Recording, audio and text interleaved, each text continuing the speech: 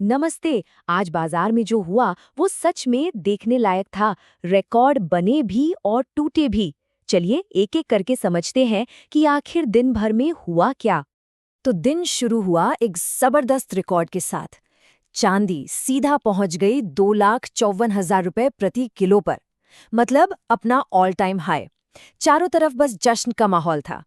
लेकिन कहानी में ट्विस्ट तो अब आया। ये जो नया हाई बना था ना, उसके ठीक 1 घंटे के अंदर चांदी की कीमत 21,000 रुपए नीचे गिर गई। सोचिए, 1 घंटे में 21,000। जो जश्न था वो अचानक से टेंशन में बदल गया। तो चलिए आज की सबसे बड़ी कहानी को ही पकड़ते हैं। पहले ये जो चांदी की जबरदस्त गिरावट हुई, इसने ही पूरे बाजार का मूड सेट कर दिया। अब देखिए, ये जो हुआ ना, इसे टेक्निकल भाषा में कहते हैं बुल ट्रैप। और ये क्लासिक साइकोलॉजिकल खेल है। होता क्या है कि जब कीमत एक जरूरी लेवल तोड़कर ऊपर जाती है तो सब में एक फोमो, मतलब मौका छूट न जाए वाला डर आ जाता है। खरीदार मार्केट में कूद पड़ते हैं और बस यहीं बड़े खिलाड़ी अपना माल बेचकर निकल जाते हैं। नतीजा, कीमत धड़ाम से नीचे और नए खरीदार वो फंस जाते हैं। और चांदी में आज बिल्कुल यही हुआ। चलिए इसे स्टेप बाय स्टेप समझते हैं। सबसे पहले कीमत 2.5 लाख के पार निकलकर एक नया हाई बना देती है। इसको देखकर बहुत से लोग ये सोचकर पैसा लगा देते हैं कि अब तो ये और ऊपर जाएगा। लेकिन फिर क्या होता है? एक ही घंटे के अंदर कीमत तेजी से पलट जाती है नीचे की तरफ। और इसका नतीजा ये हुआ कि जिन लोगों ने उस ब्रेकआउट पर खरीदा था वो बुरी तरह फंस गए और उन्हें भारी नुकसान हुआ। अब ये जो चांदी का डर था ना, ये सिर्फ वहीं तक नहीं रुका। इसकी आंच हमारे शेयर बाजार तक भी पहुंच गई। देखते हैं कैसे। और ये देखिए, हमारे मेन इंडेक्स के लिए ये गिरावट का लगातार चौथा दिन था। सेंसेक्स 446 पॉइंट नीचे और निफ्टी 50 100 पॉइंट नीचे बंद हुआ। मतलब साफ है कि बाजार पर दबाव बढ़ता जा रहा है। तो सवाल ये है कि बाजार गिर क्यों रहा था। देखिए, इसके पीछे 3 बड़े कारण थे।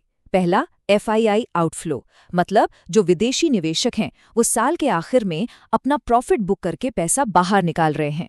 दूसरा, हमारा रुपया कमजोर हो रहा है। डॉलर के मुकाबले 89.97 के नए लो पर पहुंच गया। और सबसे मजेदार बात, आमतौर पर कमजोर रुपया आईटी स्टॉक्स के लिए अच्छा माना जाता है ना, लेकिन एचसीएल टेक जैसे स्टॉक भी गिरे। इससे पता चलता है कि प्रॉफिट बुकिंग का प्रेशर इतना ज्यादा है कि वो बाकी सारी अच्छी बातों पर भी भारी पड़ रहा है। टेक्निकली देखें तो निफ्टी का 26,000 के नीचे बंद होना अच्छा संकेत नहीं है। ये एक साइकोलॉजिकल लेवल है। अब जो अगला बड़ा सपोर्ट लेवल है जिस पर सबकी नजर रहेगी, वो है 25,800 का। अच्छा, अब जरा बड़ी पिक्चर से हटकर कुछ खास स्टॉक्स की कहानियों पर नजर डालते हैं। क्योंकि देखिए, बाजार भले ही लाल हो, अंदर ही अंदर बहुत कुछ चलता रहता है। तो एक तरफ तो कुछ नेगेटिव खबरें थीं, जैसे अकुम्स ड्रग्स में सीएफओ ने इस्तीफा दे दिया, जिससे कंपनी की गवर्नेंस पर सवाल उठ गए। और रिलायंस, अदानी पोर्ट्स जैसे बड़े हैवीवेट स्टॉक्स भी गिरे, जिसने ये कंफर्म कर दिया कि ये करेक्शन पूरे बाजार में है। लेकिन दूसरी तरफ कुछ अच्छी खबरें भी थीं। दिलीप बिल्डकॉन को 2 बड़े इंफ्रास्ट्रक्चर प्रोजेक्ट्स मिले। इंडिगो नवी मुंबई एयरपोर्ट पर अपना ऑपरेशन शुरू कर रहा है।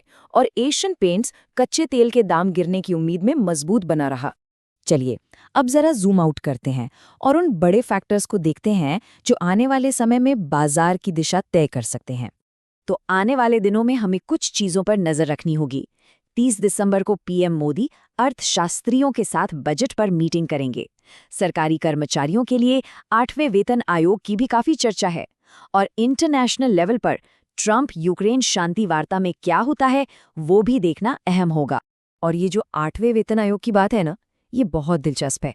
सोचिए, अगर ये लागू हो जाता है तो इसका सीधा फायदा कंजम्पशन वाले स्टॉक्स को मिलेगा, जैसे कि ऑटो, एफएमसीजी, रियल एस्टेट। क्यों? क्योंकि लोगों के हाथ में ज्यादा पैसा आएगा और वो ज्यादा खर्च करेंगे। और अगर हम दुनिया भर के बाजारों को देखें तो एक बहुत साफ तस्वीर दिख रही है।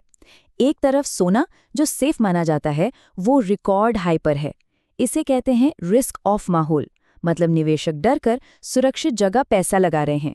और दूसरी तरफ चांदी और बिटकॉइन जैसे रिस्की एसेट्स वो गिर रहे हैं। मतलब साफ है, अभी कोई भी जोखिम लेने के मूड में नहीं है। तो इन सारी बातों को समझने के बाद सवाल ये है कि अब करना क्या है। कल के बाजार के लिए हमारा गेम प्लान क्या होना चाहिए, चलिए इस पर बात करते हैं। तो अगर कोई डे ट्रेडिंग करता है तो पहली बात, चांदी से दूर रहें।